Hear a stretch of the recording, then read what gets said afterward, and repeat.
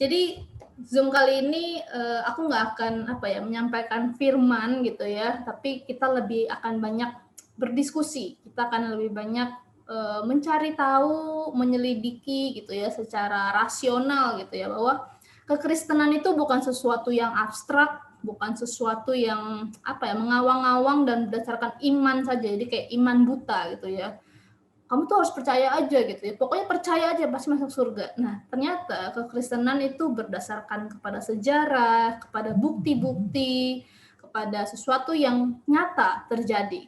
Nah, kali ini secara khusus kita akan membicarakan soal Alkitab, teman-teman. Jadi Alkitab ini kita akan membicarakan soal keunikan Alkitab. Nah, suatu yang mungkin beberapa kali kita sudah mulai membahas ini ya, keunikan Alkitab. Nah, tetapi kita mau membicarakan keunikan Alkitab dari segala sisinya gitu ya. Nah, teman-teman, Alkitab kita itu unik. Kitab suci orang Kristen itu unik, berbeda dengan kitab suci agama lain, Al-Quran, Tripitaka dan segalanya gitu ya. Setiap kitab suci, setiap agama itu punya punya sejarah membuatnya gitu. Nah, hari ini kita secara khusus akan membicarakan soal kitab suci ya, agama kita sendiri, kepercayaan kita yaitu Alkitab. Nah, kenapa aku bilang Alkitab kita unik? Karena Alkitab yang rasanya cuma satu buku ya, teman-teman ya. Kayaknya apalagi sekarang cuma di HP ya, cuma scrolling di HP. Sebenarnya Alkitab itu kalau kita mau ibaratkan itu seperti sebuah perpustakaan. Jadi Bible gitu ya, dalam bahasa Yunani itu artinya Biblia. Biblia itu artinya buku-buku. Jadi iya di belakang tuh jamak ya, itu bahasa jamak ya, Biblia, jadi buku-buku. Jadi kalau kita mau ibaratkan Alkitab kita itu seperti sebuah rak buku yang berisi buku-buku. Nah, maksudnya apa? Kok cuma berasanya cuma satu buku nih ya? Nah, Alkitab itu terdiri dari 39 buku di dalam Perjanjian Lama dan 27 buku di dalam Perjanjian Baru. Jadi ada 66 buku yang kita miliki sebagai Alkitab. Nah, karena ini dibilangnya buku ya, nah, jadi mereka memiliki beberapa genre yang berbeda. Ada buku-buku dalam Alkitab yang genrenya sejarah. Misalnya, Kisah, Kejadian, Keluaran, Imamat, Bilangan, Ulangan, Hakim-hakim, Raja-raja, Samuel, lalu sejarah Matius, Markus itu menuliskan sejarah Tuhan Yesus. Jadi itu genrenya sejarah. Ada juga buku yang genrenya itu puisi. Misalnya Mazmur, Ayub, Amsal, Kidung Agung, Pangkhotbah. Lalu beberapa tulisan di dalam PB itu ada puisi yang diselipkan di dalamnya seperti Filipi 2 gitu ya. Ada sebuah lagu yang Paulus tulis di sana, him yang Paulus tulis. Jadi berbeda. Nah, ada juga yang isinya nubuatan. Misalnya Wahyu atau kitab-kitab kecil ya, nabi-nabi kecil, nabi-nabi besar, Yesaya misalnya yang menubuatkan ada seorang anak darah yang akan melahirkan seorang juru selamat gitu yang akan terbaring di dalam palungan, itu kan nubuatan gitu ya isinya. Wahyu juga isinya nubuatan. Ada juga yang isinya surat seperti Paulus ya, Efesus, Filipi, Kolose, Korintus, Galatia dan segala macamnya itu isinya surat. Kenapa kita bisa tahu itu surat? Karena di awal dari buku itu dituliskan dari Paulus, Rasul Yesus Kristus kepada jemaat di Korintus. Nah, itu kan indikasi itu adalah surat gitu ya, surat yang ditulis untuk dibacakan kepada jemaat. Nah, teman-teman, kalau Alkitab itu beraneka ragam genrenya, maka ketika kita membaca Alkitab, kita juga perlu mengerti genrenya supaya kita bisa memahami dengan jelas. Jadi istilahnya gini, aku sering sekali mengibaratkan seperti ini. Gunting itu yang kalian pikir kalau ngomong gunting itu apa? Mungkin yang kalian pikir adalah gunting kertas gitu ya, gunting yang biasa kita pakai untuk prakarya. Nah, tapi sebenarnya gunting itu kan beraneka ragam. Ada gunting yang buat kertas, ada gunting yang buat motong tanaman, ada gunting bedah, ada gunting rambut gitu ya. Gunting itu bermacam-macam. Nah, gunting bermacam-macam itu juga harus digunakan sesuai dengan fungsinya gitu ya. Misal kalau kita ngebedah gitu ya, operasi sebagai dokter, nggak mungkin dong pakai gunting tanaman. Waduh, itu pasiennya pas dikeluarin gunting tanaman juga udah shock sendiri ya, udah nggak perlu anestesi, langsung pingsan sendiri ya dia. Wah, gila gede banget gitu ya. Nah, ketika kita misalnya gunting tanaman, kita nggak bisa pakai gunting rambut. Waduh, itu wow, bisa sih ya, tapi cukup membuang waktu dan tenaga gitu ya. Mau sampai kapan itu gunting rumputnya gitu kan. Nah, sama teman-teman, ketika kita membaca Alkitab, kalau kita membaca kitab misalnya yang sering kali disalahartikan gitu ya, kitab Wahyu misalnya, itu kan kitab apokaliptik, kitab nubuatan. Kita nggak bisa membaca itu seperti membaca surat. Oh, ini artinya benar-benar Tuhan Yesus tuh kakinya dian, terbuat dari dian gitu ya, atau rambutnya putih seperti nenek lampir gitu ya. Wah, kita mengartikannya secara surat. Nah, itu kita akan salah mengartikan Alkitab. Sama juga ketika kita membaca sejarah gitu ya, kita membaca kejadian, ketika kita bacanya secara puisi gitu ya, oh Musa nih pas mendaki ke Gunung Sion, oh itu tuh cuma puisi, itu sebenarnya ibarat kita sedang mendaki suatu hal yang sulit. Nah itu kan jadi salah makna gitu ya. Nah itulah keunikannya Alkitab di dalam 66 buku yang kita miliki. Dengan genre yang berbeda, kita begitu kaya. Nah, teman-teman, sekarang kita akan masuk ke ruangan ini ya, break room nih ya. Coba teman-teman mendiskusikan 5 pertanyaan ini. Jadi boleh di screenshot dulu atau dicatat dulu gitu ya. Nanti masuk ke break room nanti lupa gitu kan pertanyaannya apa gitu. Nanti pas balik ke sini yang dijawab hanyalah saya tidak tahu apa tadi pertanyaannya. Ya, boleh di screenshot dulu, disiapin gitu ya. Nah, teman-teman bisa berdiskusi kurang lebih 7 menit lah ya. Pertanyaannya kan sederhana. Teman-teman boleh Google di internet, bebas aja. Jadi jangan terpaku kepada Alkitab gitu ya, karena ini lebih berbicara soal kuis gitu ya. Teman-teman boleh search di Google. Yang pertama adalah kira-kira ada berapa jumlah penulis dalam Alkitab, gitu ya. Lalu yang kedua, kira-kira berapa sih rentang waktu penulisan dari kitab Kejadian sampai Wahyu? Kan rasanya cuma satu kitab tuh ya, rasanya cuma segini nih. Kalau kita lihat secara sejarah, kira-kira berapa sih lamanya penulisan kitab itu? Nah ini menarik nih ya untuk kita ya tahu gitu ya, berapa sih jumlah pasal dalam Alkitab? Dari Kejadian sampai Wahyu itu kalau kita jumlahin pasalnya itu ada berapa, ayatnya ada berapa, katanya ada berapa. Teman-teman Google aja di internet, jangan sakit kepala duluan ya, santai aja gitu ya. Yang keempat, kitab manakah yang terpanjang? Terpanjang ini pasalnya termasuk ayat-ayatnya gitu. Jadi kalau dijumlahin itu mereka paling panjang gitu ya. Jadi jawabannya ada dua, yang terpanjang dan yang kedua yang terpendek. Gitu ya, ada dua.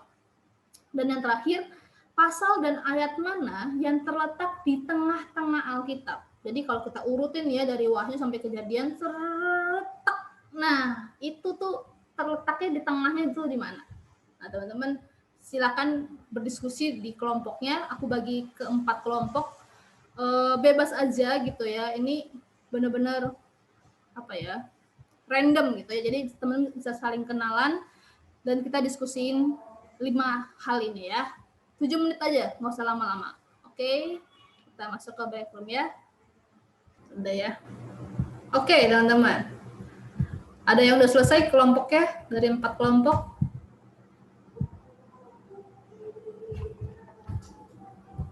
Belum semua ya? Nggak apa-apa, nggak apa-apa. Oke ya, kita coba ya. Nomor pertama nih ya, kira-kira ada berapa jumlah penulis dalam Alkitab? Dalam 66 buku itu ada berapa penulis? Kita coba tanya di kelompok nomor 3 nih ya, room 3. Apa ya? Olin. Caroline. Ya. Ada? Ada. Yes. Tadi Nomor 1 udah terjawab dari kelompokmu? Kira-kira berapa? Udah jawab. Berapa tuh? Kira-kira berapa? Tadi dengernya 40-an. 40-an. Oke. Ada kelompok lain yang berbeda di angka 40? Sama semua? Oke. Jadi memang kurang lebih ada 40 penulis di dalam Alkitab. Betul ya.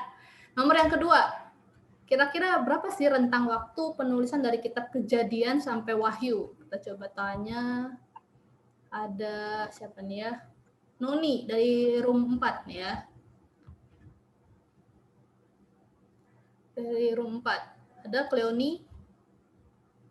Iya. Yes, dari kelompokmu udah ngejawab nggak nih nomor 2? Kira-kira berapa rentang waktunya?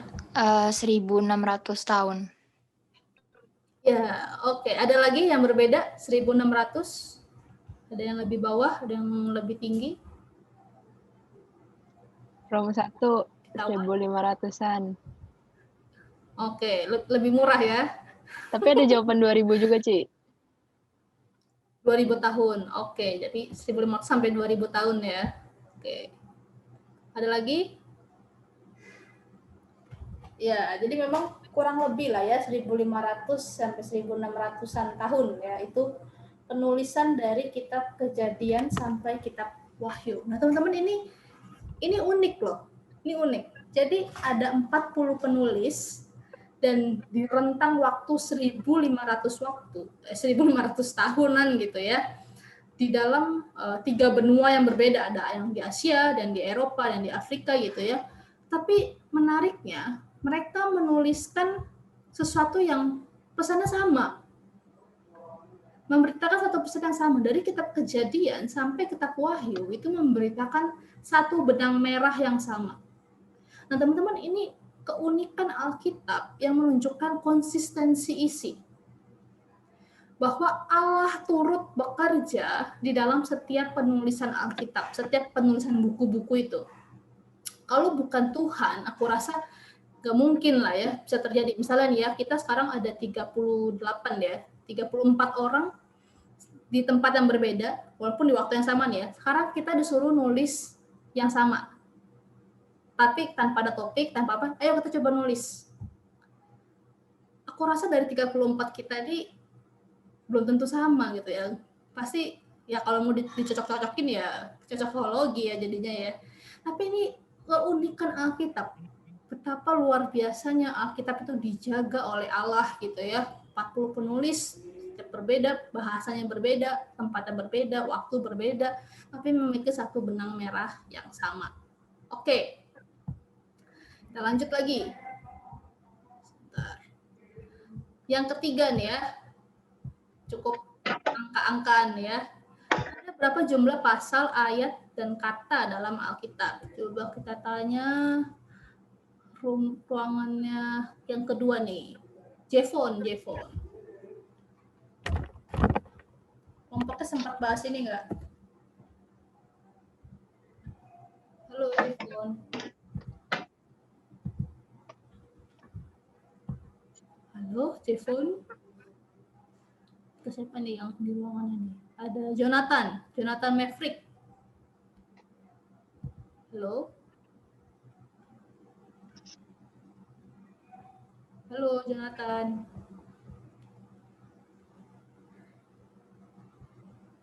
Meta mute ya ini ya. Atau belum terjawab ya. Ada kelompoknya yang sudah menjawab? Coba nih ya, ada siapa nih?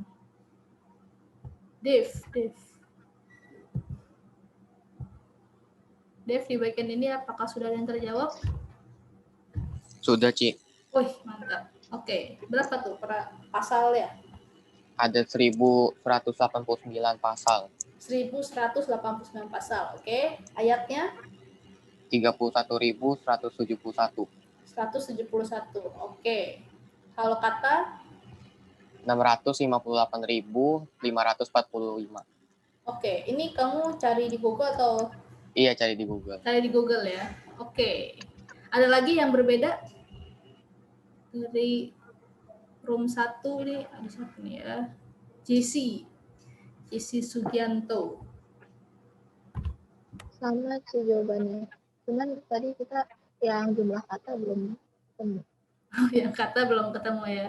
Pasal 1189 ayatnya berapa?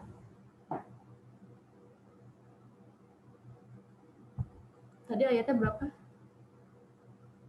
Yang terdengar 31.171.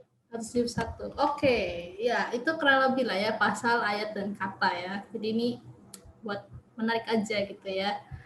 Nah, selanjutnya nih ya, kitab manakah yang terpanjang? Coba tanya siapa nih ya? Ini kelompok room 2 belum ada yang nongol nih tadi. Gaby. Ada Gaby?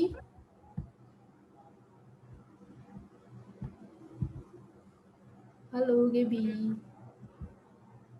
Oh, belum kejawab sih. Oke, belum kejawab. Tapi kalau kamu pikir-pikir, ada ide nggak? Kira-kira kitab yang terpanjang yang mana? Mungkin Mazmur. Oke, betul. Mazmur. Ada berapa pasal, ingat nggak? Oh, enggak. Enggak ya? Ya, oke. Ada 150 pasal ya. Kitab Mazmur itu buku yang terpanjang di antara setiap buku-buku yang ada di Alkitab.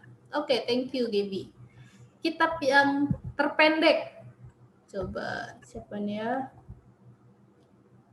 Kenny dari room 4 nih. Sempat terjawab nggak nih? Kitab yang terpendek. Halo Kenny.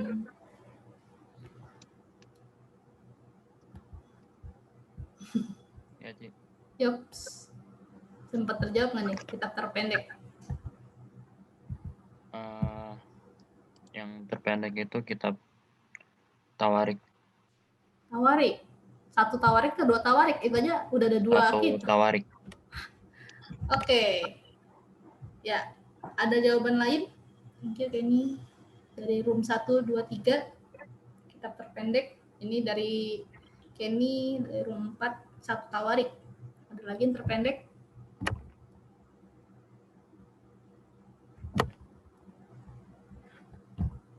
Belum terjawab ya? Kitab Hagai. Hagai. Coba kita sekarang bandingin nih ya berarti ya. Kita lihat mana yang lebih pendek nih ya. 1 Tawarik atau Hagai. Coba 1 Tawarik ada berapa pasal tuh teman-teman? Ada berapa pasal di dalam 1 Tawarik? Lihat pasalnya dulu aja. Coba Ken, berapa Ken tadi Ken?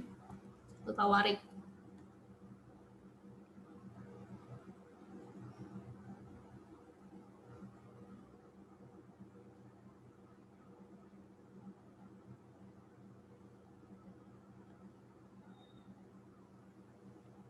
Ya, 1 Tawarik terdengar ya, tidak terdengar. Oke, 1 Tawarik ada 29 pasal ya, teman-teman ya. Ada 29 pasal, sedangkan Hagai ada 2 pasal. Jadi, kalau secara perbandingan sudah pasti yang lebih pendek Hagai ini ya. Nah, tetapi ternyata yang paling pendek itu adalah 2 Yohanes, teman-teman. Buku 2 Yohanes gitu ya, itu hanya ada 1 pasal dan 13 ayat. Yang 1 pasal itu ada 2 ya di dalam kitab ya. Ada Obaja juga itu satu pasal. Tapi yang paling sedikit adalah 2 Yohanes dengan 13 ayat. Oke. Nah, ini yang terakhir yang menarik ya, yang mungkin pernah nggak sih kalian terpikir kayak gini gitu ya. Dulu sih aku pas masih remaja sempat kepikir ya, ini tengahnya tuh di mana ya, terus diurut-urutin kertas kitabnya gitu ya. Pasal dan ayat mana yang terletak di tengah-tengah Alkitab? Ada yang kelompoknya sudah sampai di sini?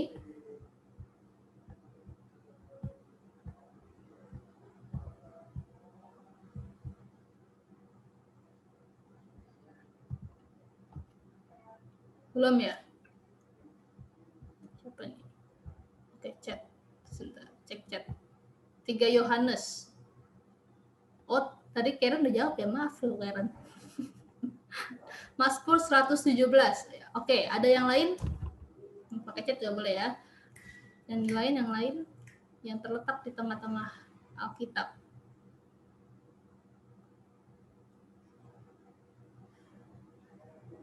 Hampir nih ya, hampir banget nih Karen, hampir tengah. Nah, ternyata teman-teman yang oke, ini Jenny ya, betul ya. Ini Jenny cari di Google ya, bagus emang Google itu penolong kita. Mazmur 118 ayat yang ke-8. Nah, boleh nggak Jenny bacain ayatnya? Apa sih ayat yang terletak di tengah-tengah Alkitab? Jangan-jangan ayatnya adalah apa ya? Yang aneh-aneh gitu ya. Apa sih ayat yang terletak di tengah-tengah? Boleh bacain Jenny.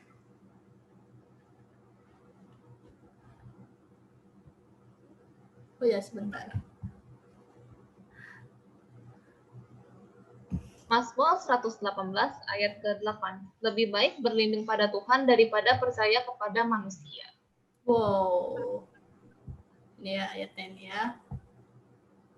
Lebih baik berlindung kepada Tuhan daripada kepada manusia. Wah, ini menurut aku ayatnya powerful sekali ya. Terletak di tengah-tengah dan memberitakan sesuatu yang sangat penting. Lebih baik berlindung kepada Tuhan daripada percaya kepada manusia. Nah, ini teman-teman hal-hal yang menurut aku hal-hal sederhana yang mungkin gak sesuatu yang berarti gitu ya, tetapi ketika kita mengetahui hal-hal ini ya ada sesuatu yang amazing gitu ya, sesuatu yang wonder gitu ya, sesuatu yang mengagumkan kita. Luar biasa sekali, ternyata tengah-tengah Alkitab kita pun membicarakan soal pengandalan kepada Tuhan. Nah, lalu selanjutnya aku akan bikin menjadi 3 kelompok aja untuk membahas 3 pertanyaan yang sering kali menjadi diskusi yang menyerang kekristenan. Pertanyaannya adalah gini ya. Yang pertama, sebentar. Alkitabmu itu sudah diubah-ubah. Cerita Tuhan Yesus itu mitos. Mau aja kamu dibohongin. Nah, teman-teman, gimana kita bisa membela? Gitu ya. Jadi teman-teman nanti akan diskusi, ya minimal berikan 1 jawaban, 1 sampai 2 alasan yang kita bisa menjawab. Silakan cari di Google ya teman-teman ya. It's okay gitu ya. Kita mencari jawaban. Yang kedua ya, pertanyaannya adalah, Alkitabmu itu kan nggak ilmiah. Kalau kita mau belajar sains, nggak usah bawa-bawa agamamu. Ini sering banget ya buat teman-teman yang suka sains, sering banget ketika kalian mau belajar sains, dosen kalian bisa bilang, kalau kalian mau belajar, letakkan agamamu di depan pintu gitu ya, jangan bawa masuk kelas. Wah, ini gimana kita bisa menjawab hal ini? Apakah benar Alkitab kita nggak ilmiah? Oke. Yang ketiga adalah Alkitab itu kan buku jadul, buku lama, ditulis aja udah 1500 tahun yang lalu gitu ya. Udah nggak ada gunanya sekarang. Ngapain kamu masih baca? Baca tuh yang terkini dong. Buku-buku motivasi yang terkini, buku-buku yang keluaran 2020 itu yang harusnya kamu baca. Nah, gimana kita bisa menjawabnya gitu ya? Minimal 1-2 pertanyaan, 2 alasan ya yang teman-teman bisa berikan. Oke, kita akan breakroom lagi ke 3 kelompok. Random aja ya, lebih seru kan random ya, jadi kenal sama orang ya. Jadi nggak ansos. Oke ya, random. Klik. Open all room. Silakan diskusi teman-teman.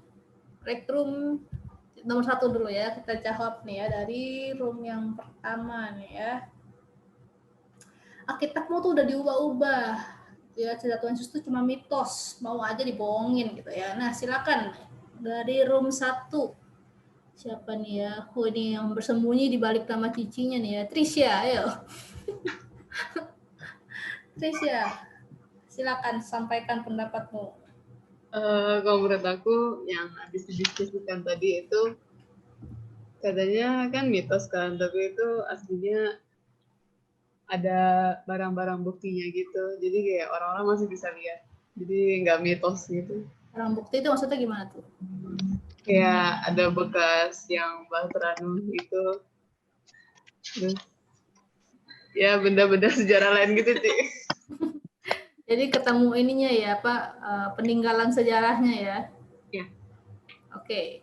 Dari ruangan 1 ada lagi tambahannya yang lain yang mungkin belum tersampaikan. Ada lagi? Siapa nih? Karen nih, Karen. Gimana Karen?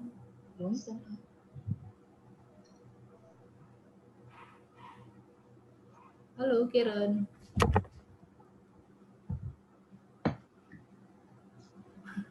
Oh ya di chat ya, sebentar ya. Coba aku lihat chat sama Ci. Oke.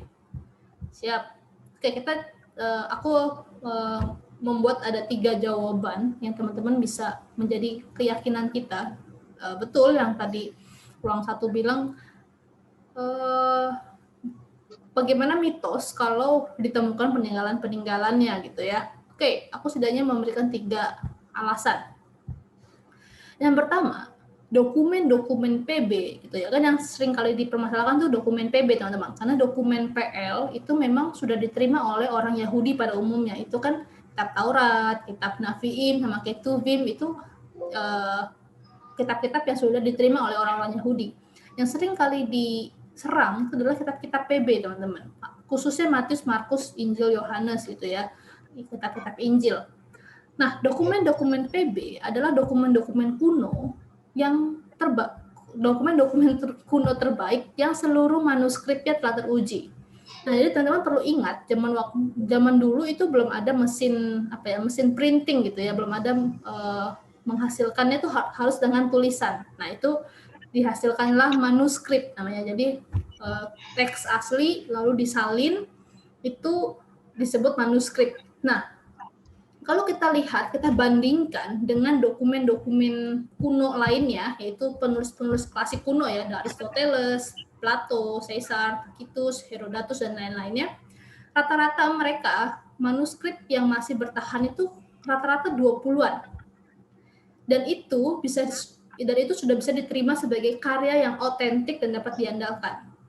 Oke ya, jadi penemuan-penemuan sejarah menemukan salinan-salinan rata-rata 20-an manuskrip, dan itu sudah bisa dianggap sebagai karya yang otentik dan dapat diandalkan. Nah, bagaimana dengan dokumen PB? Dokumen PB itu jauh lebih kaya, teman-teman. Didukung lebih dari 5.000 manuskrip Yunani individual. Jadi tulisan-tulisan Yunani gitu ya, lalu ditambah 8.000 eksemplar Vulgata. Ini adalah bahasa Latin yang ditulis oleh bapak-bapak gereja, Jerome, Agustinus gitu ya. Mereka menyalin sebagian maupun beberapa ayatnya gitu ya. Lalu ditemukan juga beberapa ribu manuskrip dalam terjemahan Suriah, Koptik, Armenia, Slavia, dan Ethiopia. Nah, teman-teman bisa melihat ini. Kalau ada jutaan manuskrip, bagaimana mungkin Alkitab yang kita terima sekarang itu diubah? Kalau itu diganti, maka itu harus mengganti 1 juta lebih manuskrip yang harus juga diganti dong. Kalau enggak ketahuan bohongnya dong. Nah, di dalam aku nih ya, dalam mempelajari Alkitab, membuat khotbah, itu tuh aku nggak cuma terpaku kepada terjemahan Perjanjian Baru ya, terjemahan LAITB gitu ya, tetapi melihat juga kepada terjemahan Inggris, terjemahan bahasa aslinya, beberapa kodeks-kodeks gitu ya. Nah, itu tuh dilihat semuanya dan itu menunjukkan sinkron gitu ya. Nah, kalau itu diubah, maka memerlukan pengubahan semuanya ini gitu ya. Itu sesuatu yang mustahil untuk diubah. Selanjutnya teman-teman, jarak antara masa teks asli ditulis sama tanggal salinan manuskrip itu sangatlah singkat. Nah, sekali lagi coba kita bandingin sama karya klasik kuno lainnya ya. Kayak tadi ya, tulisannya Plato, Aristoteles gitu ya. Itu jarak rata-ratanya antara teks asli sama salinan itu rata-rata di antara 1000 sampai 1400 tahun. Jadi teks asli, lalu ditemukan lagi salinannya itu di angka 1000. Dan itu tuh wajar dan dapat diterima. Semakin singkat waktunya, itu semakin baik. kalau kita sebagai detektif gitu ya, semakin singkat waktunya itu semakin mengurangi resiko polarisasi gitu ya, apa tulisannya hilang lah, semakin mengurangi hal-hal kesalahan dalam penulisan gitu. Jadi semakin singkat itu semakin baik sebenarnya. Nah, karya klasik yang diterima itu rata-rata 1000 sampai 1400 tahun. Itu masih diterima otentiknya. Coba kita bandingkan dengan PB, teman-teman. Jauh lebih singkat. Misalnya ya, Injil Yohanes itu kurang lebih ditulis di tahun 60 sampai 90 Masehi.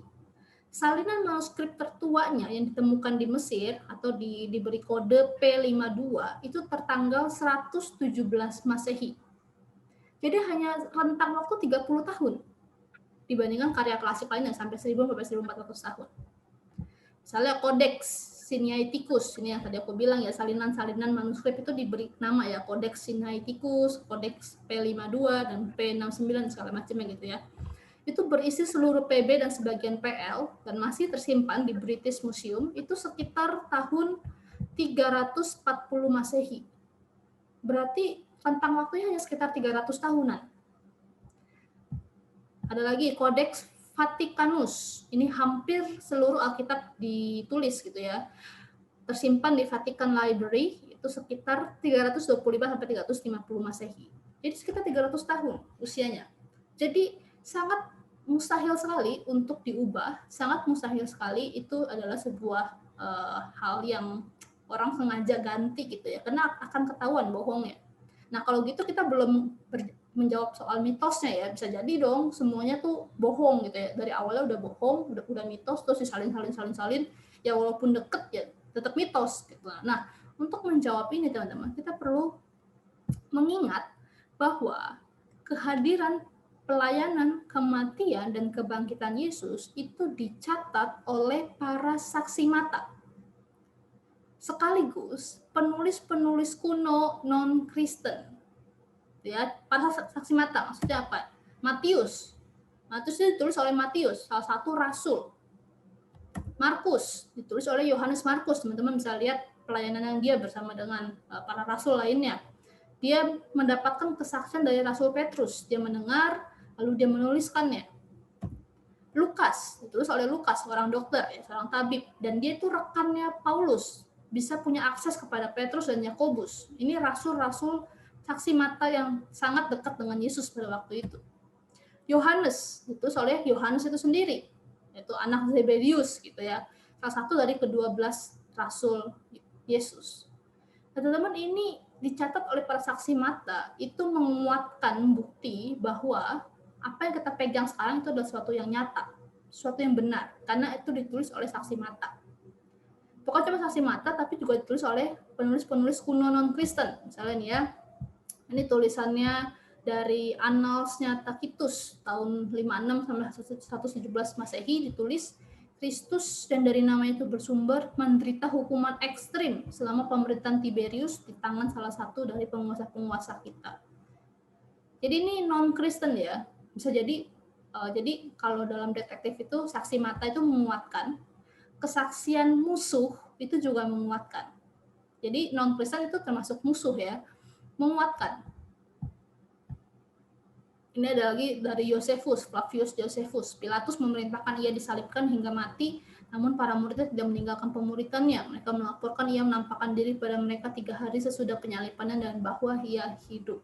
Ditemukan dalam tulisannya Flavius Josephus di tahun 37 sampai 100. Jadi ini sangat menguatkan fakta bahwa Alkitab yang kita pegang sekarang itu bukan mitos, tapi fakta berdasarkan sejarah dan sangat sulit untuk diubah karena memiliki beribu-ribu manuskrip.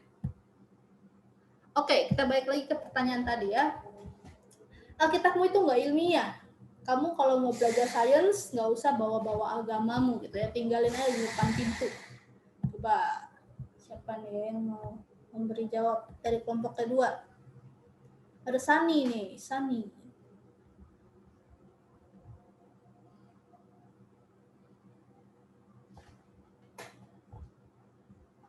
Adakah Sani? Ya, Ci. Ya. Dari kelompokmu gimana nih? Ada jawaban? Yang yang saya ingat tadi di kelompok saya, kalau ada pembuktian melewati matematika bahwa Alkitab sudah dibuktikan sebenarnya melalui matematika. Oke, melalui matematika. Oh, ini waktu lalu ya di PBC pernah membahas ya secara matematika ya. Oke, ada lagi jawabannya dari Kauri. Sama sih. Mana itu ya tadi kesimpulan dari kelompoknya ya. Oke, aku akan memberi 3 jawaban juga nih secara singkat aja nih ya. Orang-orang yang mengatakan seperti itu teman-teman lupa bahwa hampir semua pendiri ilmu pengetahuan itu dipengaruhi oleh orang-orang Kristen yang taat. Ada Kopernikus, Kepler, Galileo, Newton, Boyle, Pascal, itu mereka orang Kristen yang taat. Dan mereka adalah ilmuwan juga. Salah satu penemuan-penemuan banyak ditemukan oleh mereka. Jadi kalau dibilang kalau kamu mau belajar sains, tinggalin agamamu, tinggalin kekristenanmu dulu gitu, itu sesuatu yang nggak masuk akal. Gimana si Kopernikus, Kepler, Galileo, Newton, Pascal, Boyle itu juga orang Kristen dan mereka ilmuwan yang luar biasa. Bukan hanya itu teman-teman, Alkitab kalau kita bilang nih ya, ateis itu seringkali salah satu argumennya, bukan ateis ya, ilmuwan, saintis itu mengambil sebuah kesimpulan yang sama bahwa alam semesta itu memiliki awal yang tunggal. Nah, Alkitab itu juga menjelaskan seperti itu, bahwa alam ini memiliki awal yang tunggal. Jadi 1 ayat 1, pada mulanya Allah menciptakan langit dan bumi. Jadi ada awalan dalam alam semesta ini. Jadi teman-teman bisa baca juga di beberapa ayat ini menunjukkan alam semesta itu memang memiliki awalan. Dan itu cocok dengan sains, dengan para ilmuwan yang sepakat mengatakan alam semesta ini memiliki awal yang tunggal. Gitu ya, bukan sesuatu yang kekal, gitu ya, bukan sesuatu yang sudah jadi dari awal, tapi ada awalannya. Nah, itu Alkitab juga menyatakan seperti itu. Nah, yang terakhir ini sesuatu yang buat aku sangat powerful gitu ya, karena pandangan ateis gitu ya masih sulit menjelaskan hal ini teman-teman. Keberadaan Allah sebagai pencipta itu lebih masuk akal dibandingkan ateis atau naturalis yang meniadakan Allah. Nah, jadi aku jelasin sedikit ya. Ateis itu mengatakan bahwa alam semesta ini kan berawalan tuh satu titik gitu ya. Lalu terjadilah Big Bang. Lalu dari Big Bang itu pecah, lalu terbentuklah kita nih ya, manusia, hewan, evolusi kayak gitu. Nah, pertanyaannya gini teman-teman. Kalau benda mati itu dihantam oleh benda mati, terus kan berantakan ya. Apakah mungkin evolusi itu menghasilkan sesuatu yang sangat kompleks seperti kita manusia? Manusia itu punya saraf, punya neuron, punya kesadaran yang sangat abstrak. Tentu masuk akal nggak sih benda yang mati lalu ditabrakkan dengan benda mati kan hancur gitu ya. Lalu itu terbentuk sesuatu yang indah, yang teratur, yang seimbang. Gaya gravitasi, terciptalah gaya geser, gaya dorong, semuanya itu sangat seimbang. Kayaknya nggak masuk akal. Nggak masuk akal. Coba ya teman-teman tabrakin benda, terus teman-teman tungguin berapa tahun gitu. Dia akan berbentuk jadi sesuatu yang indah, teratur, dan kompleks nggak? Nggak mungkin. Sesuatu yang sederhana nggak mungkin berubah menjadi kompleks, itu nggak mungkin. Sesuatu yang kompleks bisa disederhanakan, tapi sederhana itu nggak bisa dikomplekskan, itu nggak bisa. Nah, kehadiran Allah sebagai pencipta itu lebih masuk akal. Jadi beberapa ilmuwan gitu ya, ilmuwan Kristen mengatakan bisa saja terjadi dengan Big Bang gitu ya, tetapi tetap ada campur tangan Tuhan yang membuat itu menjadi lebih kompleks, membuat itu menjadi imbang, indah, sempurna gitu ya. Maka Kejadian 1 dibilangkan Allah selain menciptakan segala sesuatunya, Allah katakan semuanya itu baik, semuanya indah, semuanya lebih indah gitu ya. Nah, itu lebih masuk akal teman-teman. Pernyataan bahwa Allah itu turut bekerja di dalam penciptaan. Oke, the last but not least, nomor pertanyaan yang ketiga nih ya. Aduh. Ya, tombolnya ketutupan ini, jadi nggak usah dipencet ya. Oke, kita manual aja ya, sebentar. Nomor yang ketiga, Alkitab itu kan buku jadul gitu ya. Udahlah, nggak usah dibaca lagi, udah nggak ada gunanya. Silakan ya, kelompok 3. Siapa nih? Ada Samuel. Silakan Samuel. Kalau yang tadi dibahas itu pada dasarnya, jadi Alkitab itu kan firman Tuhan. Jadi nggak bisa dibatasin dengan jadul atau zaman sekarang gitu. Karena pada dasarnya itu firman Tuhan yang nggak bisa dikategoriin itu. Oke, jadi masih ada gunanya dibaca sekarang?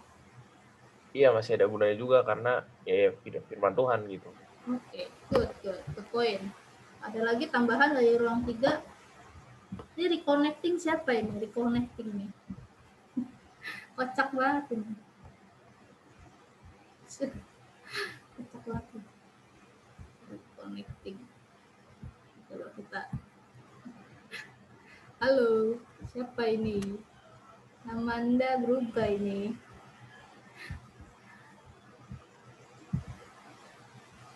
Siapa nih ya? Ebi. Ada tambahan dari kelompok room 3? Sama sih. Samanya apa tuh? Itunya masih kayak sekarang.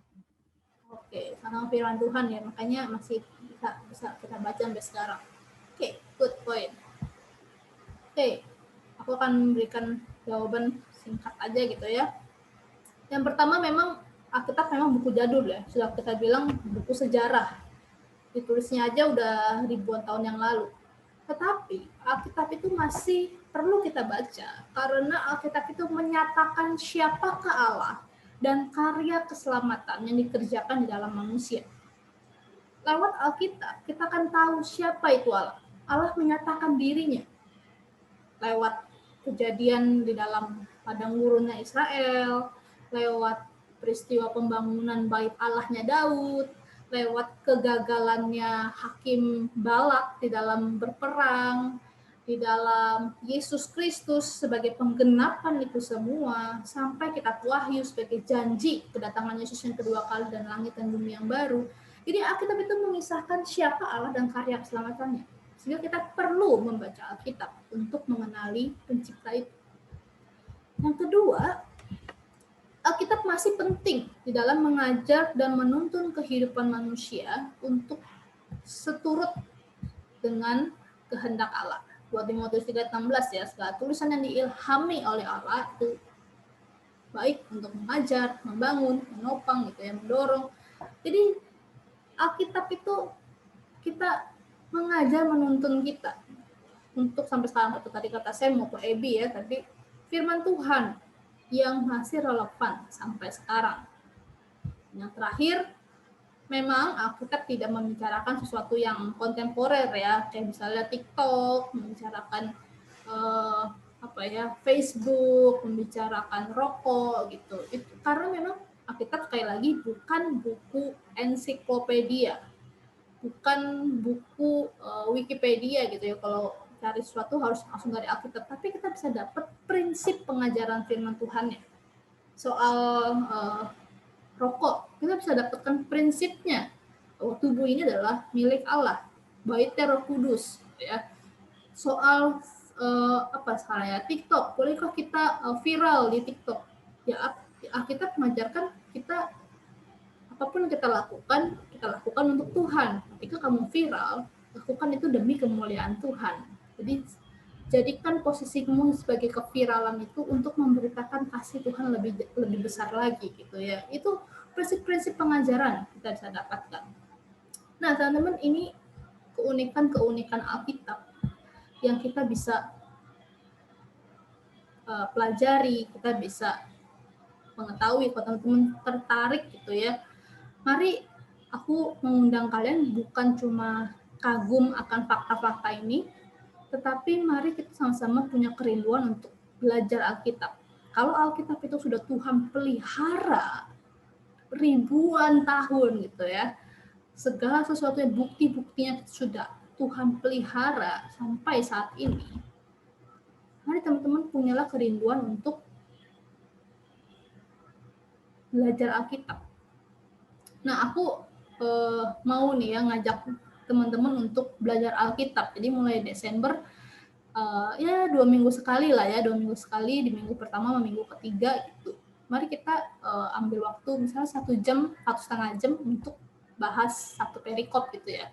Kita belajar Alkitab karena Alkitab itu masih relevan buat kita. Prinsip-prinsipnya, tuntunan Tuhan. Nah, aku mau mengundang teman-teman baik yang di Gading Serpong maupun teman-teman yang ada di pusat juga ya. Kita barengan gitu ya. Kita mau belajar Alkitab. Selain teman-teman tentunya saat teduh dalam setiap harinya sebagai tuntunan kalian dalam hari demi hari. Tapi 2 minggu sekali mari kita belajar lebih dalam gitu ya, menggali Alkitab, mencari kekayaan Alkitab yang luar biasa itu. Oke. Kita berdoa ya. Tuhan Yesus, terima kasih kalau Alkitab yang kami pegang sekarang bukan cuma sesuatu yang buku jadul yang sudah tidak berguna lagi, tapi kami begitu kagum akan pemeliharaan Tuhan bagi Alkitab yang kami miliki. Tuhan, tolong kami untuk mencintai firman-Mu sekaligus mencintai Engkau. Hanya dalam nama-Mu Tuhan Yesus kami sudah berdoa. Amin.